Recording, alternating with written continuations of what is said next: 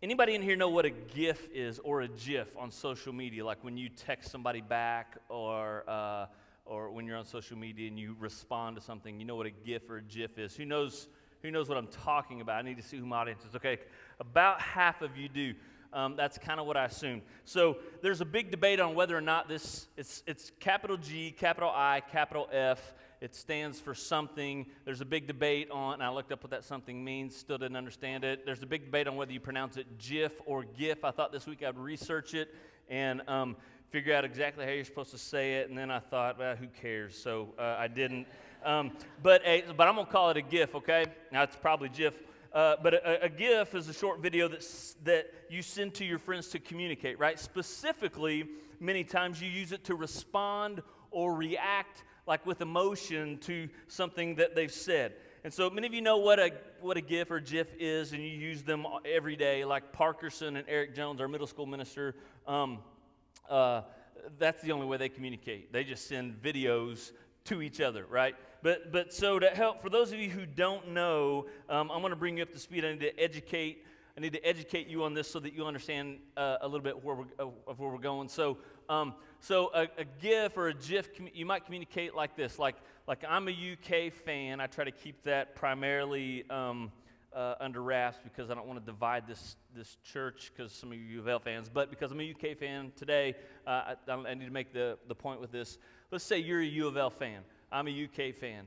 I write to you, I text to you, I say, hey, I don't know if you know this, but UK is a 20-point favorite over U of L. Now, doesn't matter what sport, they just are, and I send that to you. And so I send that text to you. You might, in response to that, send this to me. Like that's a GIF, right? So you send that to me, then I might respond like this. Right? And so I'm making my point without using words. I'm just sending you this video, and you get mad because I'm making my point, and then you might respond like this. Right? We're just no longer, we can't be friends, right? So hopefully you're getting the point. An entire conversation can be used or can be had without words, only using videos. Pretty cool, right? Kind of fun. So we use GIFs, we use videos like this to respond to things that we hear from our friends in text or on social media, and it's a fun way to respond, and many times it's a great way to use sarcasm. So, it's how we a lot of times express our emotion in response to something. So I've been wanting to do a sermon series for a while now on dealing with our emotions, and because GIFs or GIFs can be used can be used to send an emotional response, I thought these two things would marry well, and this would preach. And so the title of this sermon series for the next 3 weeks is, What's Your GIF? Dealing with emotions. And so for the next 3 weeks, we're going to talk about today, anger. And next week, we're going to talk about worry and anxiety. And then the third week, we're going to talk about sadness and mourning. Because those emotions sometimes, for some people, own us, right? They keep us imprisoned or enchained, and they're the driving force behind our life, and they don't have to be. We can be set free from those things, so we want to deal with those. And so the GIF fun ought to be the GIF part ought to be fun, but the subject matter certainly is going to, hopefully, God's going to speak to us in some way, okay? So before we get into it, let us pray.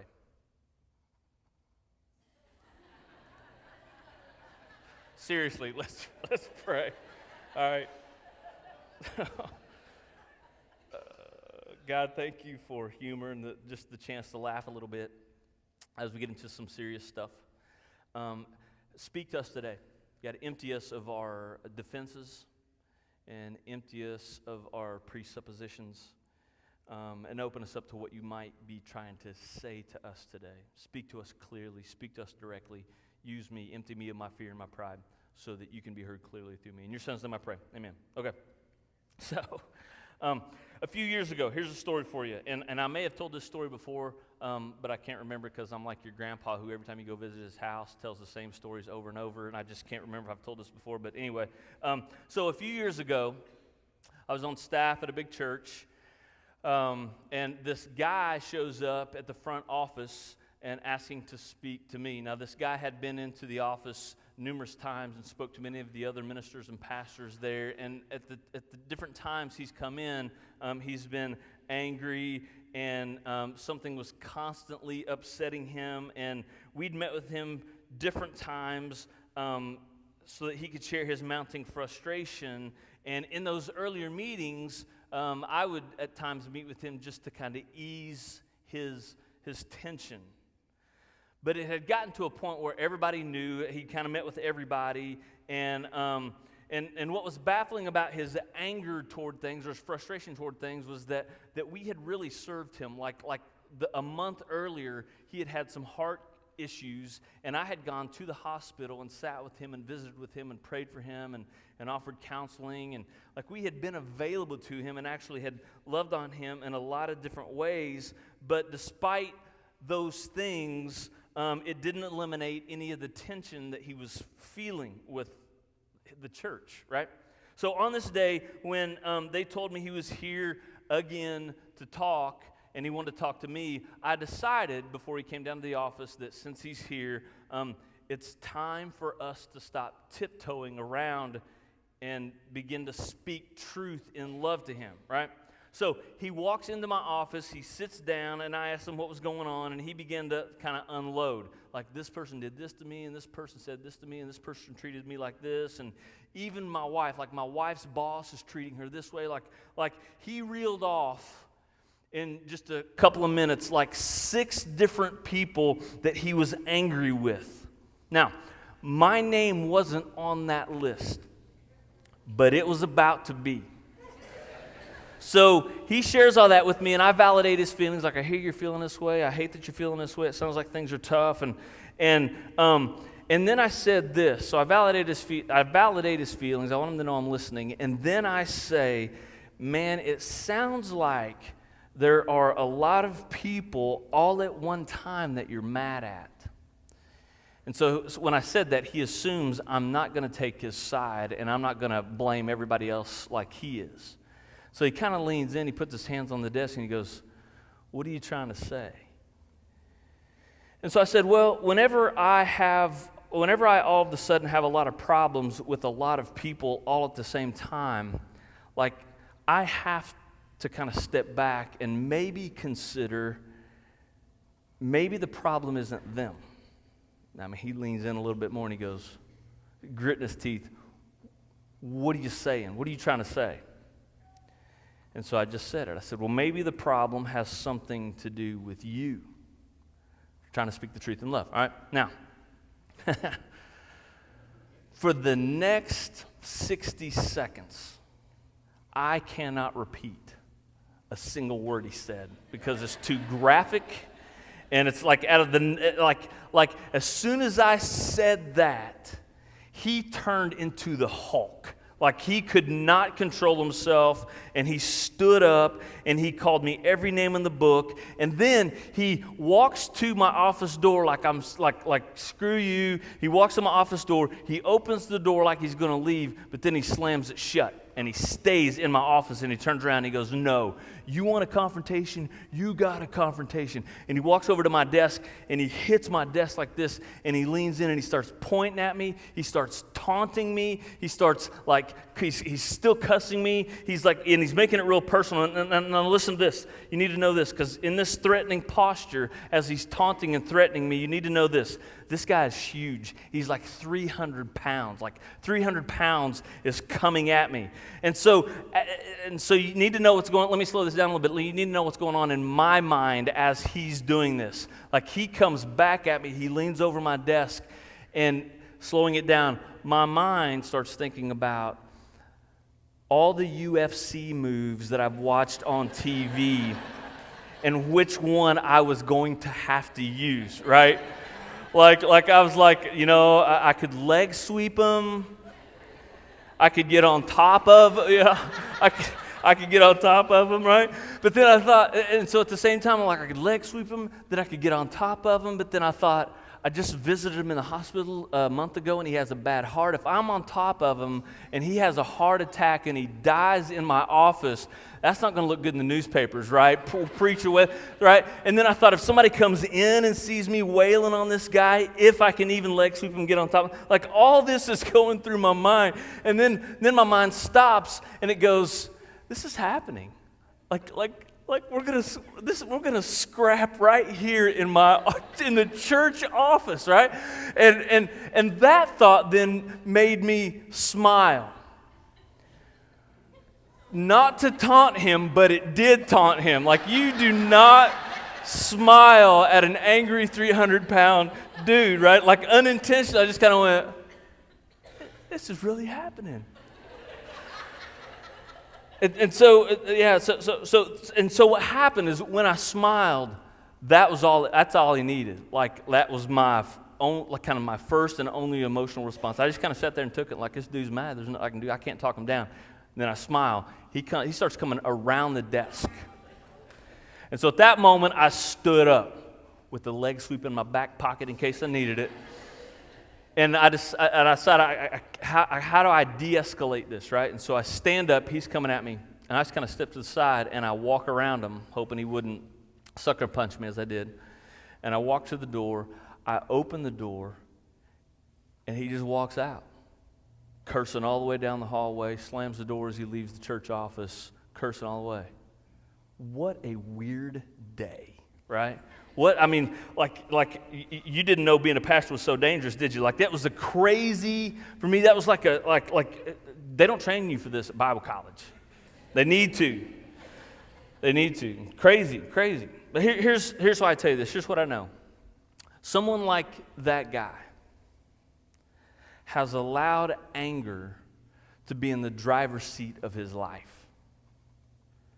Like, think about this. Like, your kids and your family. Like, who in their right mind knowingly would put their child or their own lives in the hands of a maniac driver? Well, in your life, when anger is in the driver's seat and is in control of you in your life, that's exactly what you're doing, depending on how you handle it. Especially if your anger is at times uncontrolled, unharnessed, or even internalized, right? Like, in our lives, like for all of us, in our lives, anger can take on many different levels. Like, it can take on many different expressions. For all of us, anger probably displays itself just a little bit different for each and every one of us, right? Like, for some of us, maybe for you it's this. Maybe you're able to keep your cool at work even though your boss is always on your back and he's kind of this hard-nosed jerk. But when you get home and around those that you love the most, that's where your anger comes out. That's when you tend to be the maniac. Maybe for you, displays of anger aren't a regular occurrence, but you do feel like a black powder keg. And as the days and the weeks wear on, the fuse just keeps burning shorter and shorter until one day, in an unpredictable moment, you just blow up over the littlest thing. For some of you, anger is just you. Like the guy who visited my office. Like, you're angry all the time. And it's obvious to everyone. And for you, you've been angry for so long that you explain it away by just saying, that's just who I am. But the reality is, you're angry because a long time ago, someone did something to you. Somebody wronged you. Someone took something from you or said something to you. Maybe you grew up in an angry home. Maybe you grew up in an abusive home and you're just not able to get past it. Maybe for you, you're angry and you think that's just who you are, but something happened, but it happened so long ago and you've been angry for so long that you've forgotten why. For others, maybe anger is an addiction. And it can be. And so once a month, you just explode and unload all your frustration and anger in a moment. Like once a month, you just you let them have it. You let off steam, and whoever happens to be there in the moment. And for you, when you let off that steam, it feels good. It feels empowering. It feels powerful for people to be afraid of you and your anger. You like the way it makes you feel. So once a month or so, it's your routine. And for you, it's an addiction. You love it. You love being angry, whether you want to admit it or not. For many people, maybe some of us in here, the reality is anger is robbing us of peace and joy. And it's wounding those we love. And it's affecting our relationship with God. When anger is allowed to get behind the wheel of our lives, it's deadly. And so this morning, this is why I wanted to address this. I want to address this so that our anger doesn't control us and destroy everything that we love. And so that we and our family can heal from the effects of it. And so that we can ultimately live lives of peace, the peace that's promised us by God, right? Doesn't that sound like a better life? Like you are known for being angry, you are controlled by anger. Wouldn't it be better to be controlled by peace and joy and hope? And that's kind of where I want to go this morning. So as we get into this, some of you may be asking right now, well, when it comes to anger, is anger completely wrong? Is it wrong to be angry at all? Or when is anger wrong? And that's a great question because some people think anger itself is a sin.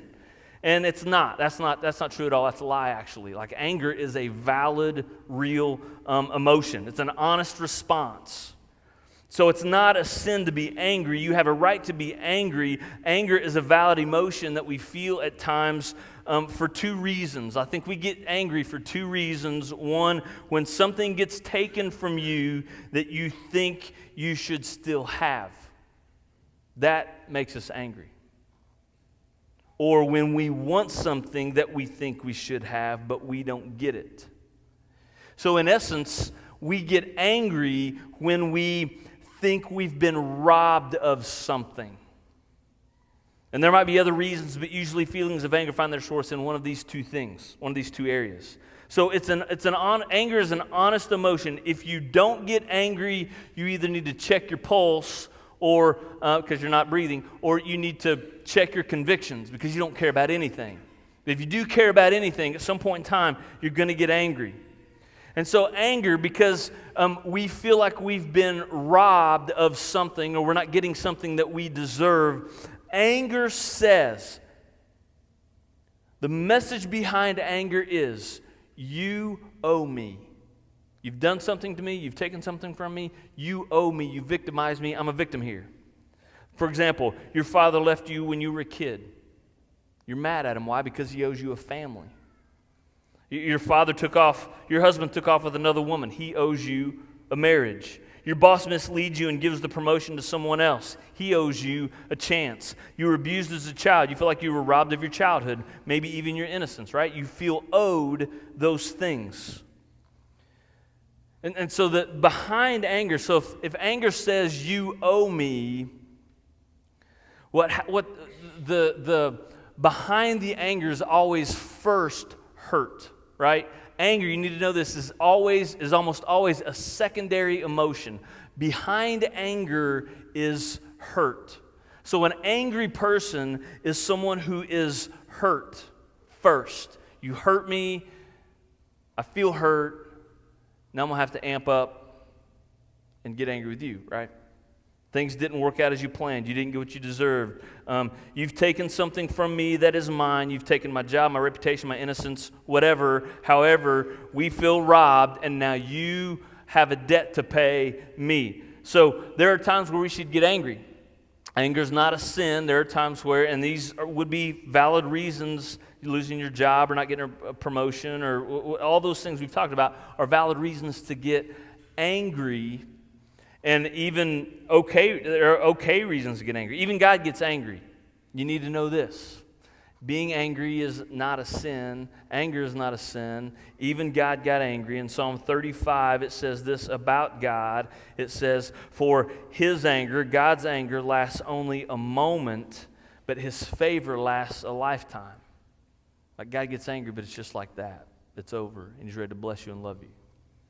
James 1:19 says, everyone should be, and this is New Testament, he's talking to us, you and I, says, everyone should be quick to listen, slow to speak, and slow to become angry.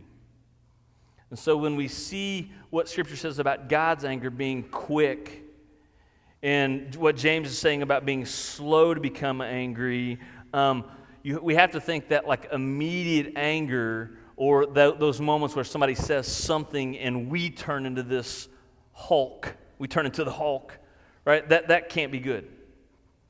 And what James is saying is our anger should operate less like a microwave and more like a crock pot. It should be slow to anger. In Scripture, we even see Jesus display anger. So what I'm getting at is anger isn't wrong.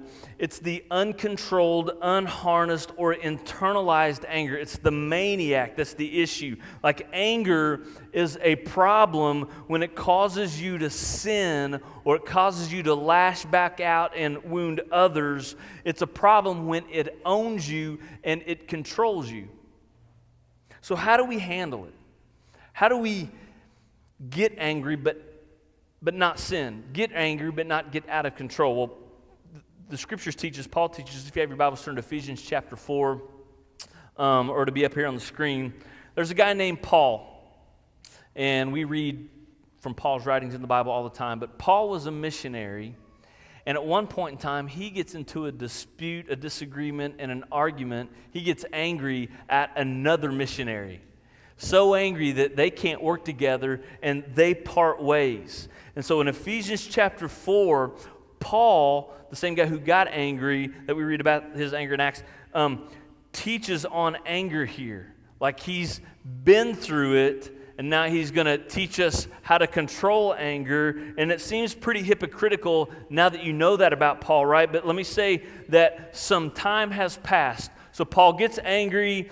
They separate, then Paul writes about anger, but there's been some time that's passed, and we think that Paul has matured and evidently learned some lessons from that angry experience. And this is what he says to us. In Ephesians chapter 4, verses 26 through 27, he says, "In your anger, do not sin. Do not let the sun go down while you are angry, and do not give the devil a foothold." So, keep this passage up here for a minute. He says, in your anger. So what he's saying is, he's not saying don't get angry. He's kind of validating anger. It's a valid, normal emotion. Whenever something goes down in your life that shouldn't, like for me, whenever someone picks on my kids, whenever somebody says something nasty about my wife, whenever, never had this happen, but like somebody tries to undercut your job or start rumors, or whenever or wherever a violation occurs, it creates anger, and it probably should. So he says, in your anger, do not sin.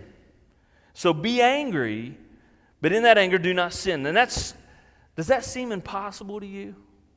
Like, does that strangely or seemingly, does that seem impossible, like an impossible request? Like when I was 10 years old, I was out with some buddies, and we were watching fireworks with our families.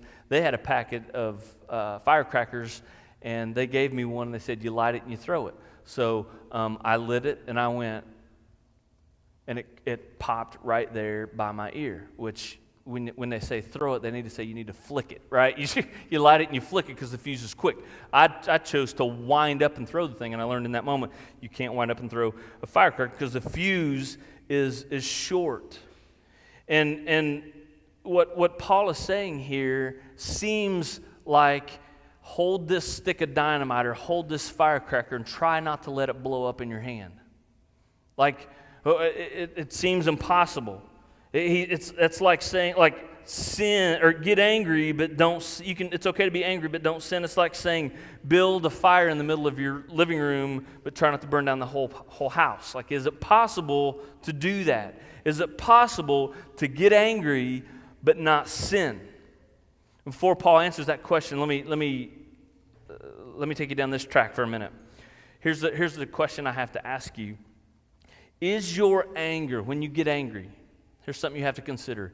Is your anger proportionate or disproportionate to the circumstances, to your circumstances? Like maybe you've been at work or at home or at school. Like maybe you've had this happen to you, and you say something to someone, and for some reason, whatever it is you said sets them off. and they go into a tirade, and they say some things to you, or they said some things to you or about you that were hurtful, and then they walk away and you're like, why did he get so mad about that? Have you ever been in that scenario? Maybe you've been on the giving end of that scenario, right? Somebody said something to you and it set you off, and in your anger, you delivered the punishment, right? But it was way out of proportion to the situation, and you walked away a little bit later once you calmed down. You were like, why did I snap like that? Like, why did I go off like that? And the people you love were left dumbfounded and wounded, devastated in the aftermath of your explosion. Like, your circumstances shouldn't have elicited such a heavy, angry response. Like this is what I'm talking about. That would be disproportionate, a disproportionate response. A proportionate response to anger is always seasoned with grace, and it's harnessed, listen, it's controlled by or with maturity.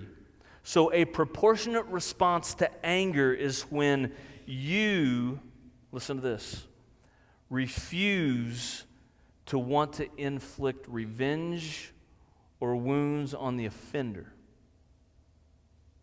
It's a refusal to cause additional damage. Disproportionate responses always create more damage. You make things relationally worse. That's disproportionate. Proportionate response is a self-controlled response that refuses to inflict more pain. How do we get there? How do we give proportional responses in our anger? Paul says in Ephesians chapter 4, verses 26 and 27, we'll read it again. I want to look at the second half. He says, in your anger, do not sin. Do not let the sun go down while you are still angry, and do not give the devil a foothold. So Paul begins teaching us how to deal with disproportionate anger in this way. He says, do not let the sun go down on your anger. If you do, the devil gets a foothold. So listen, there's a difference between feeling angry, and being angry. Like when we dwell on anger, like when we invite the maniac behind the wheel of our lives, and all of us feel angry, but when we choose to stay angry, there's a difference. Paul says, don't let the sun go down on your anger.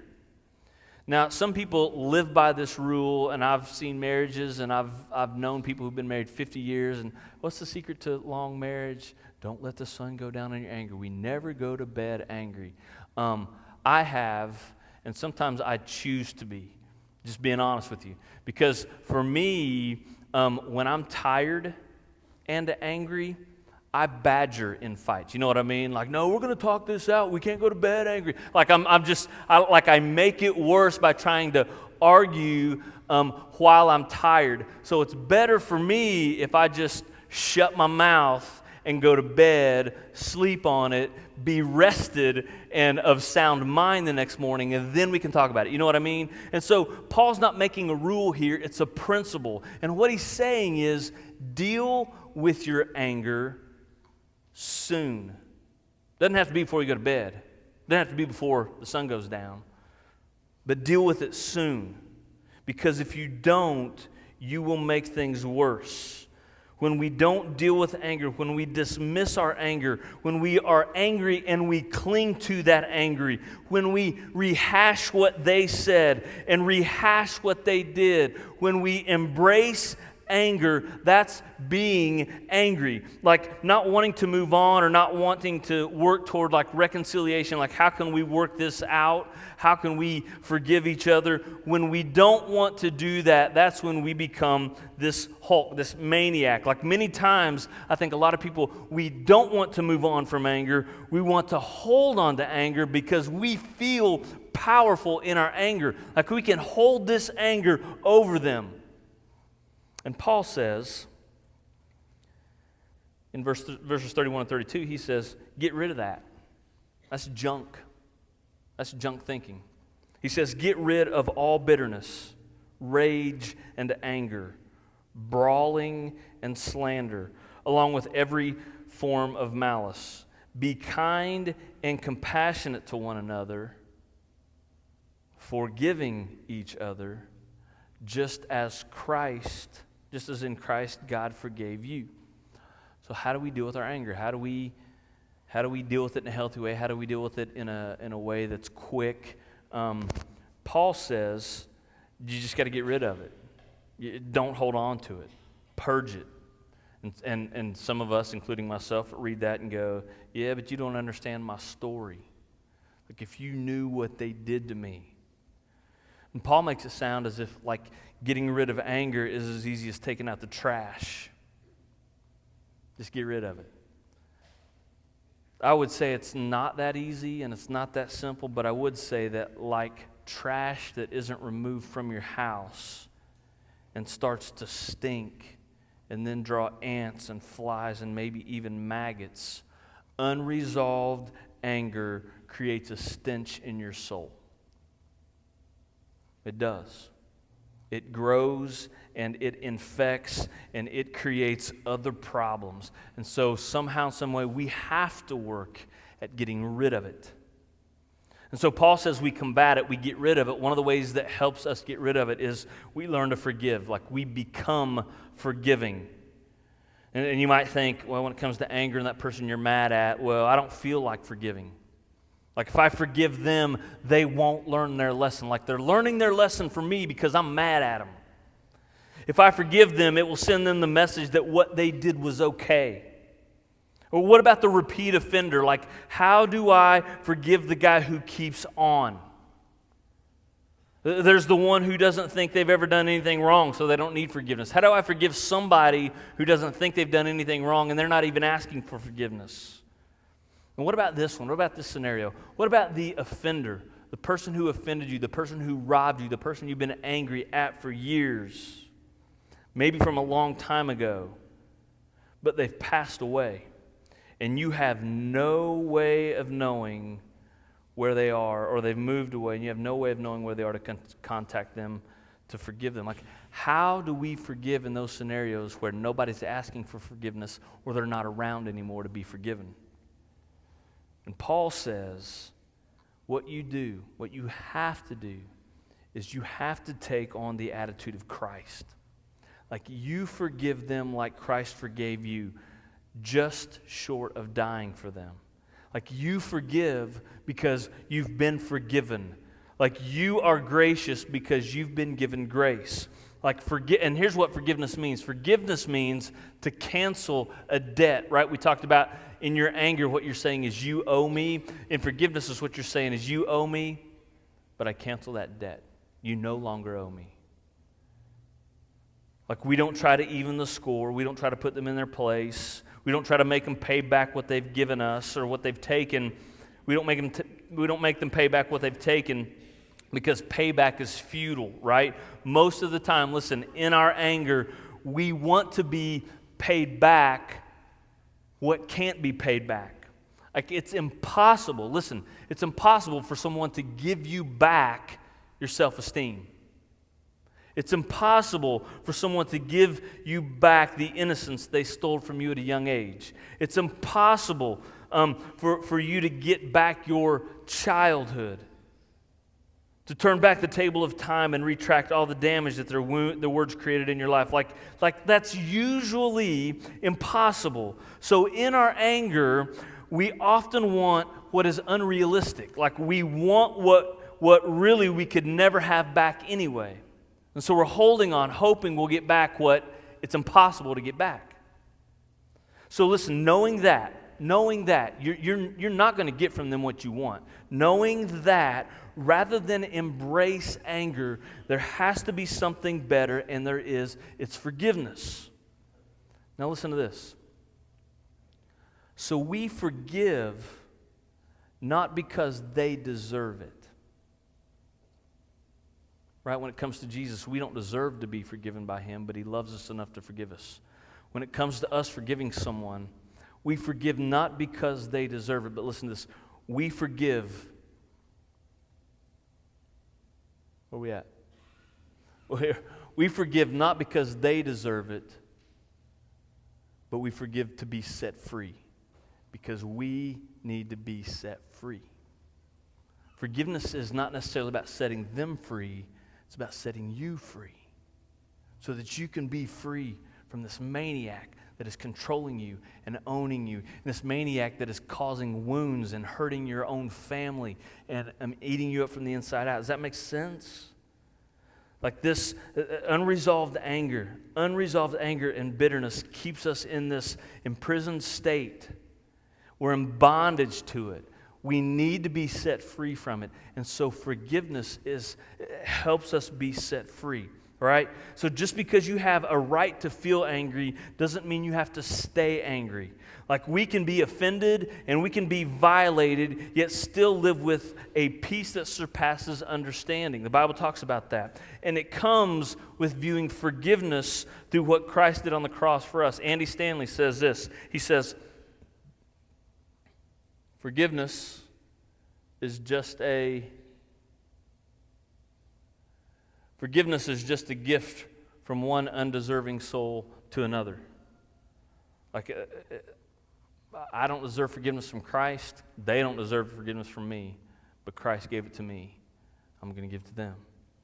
Like, those who robbed us don't deserve forgiveness yet.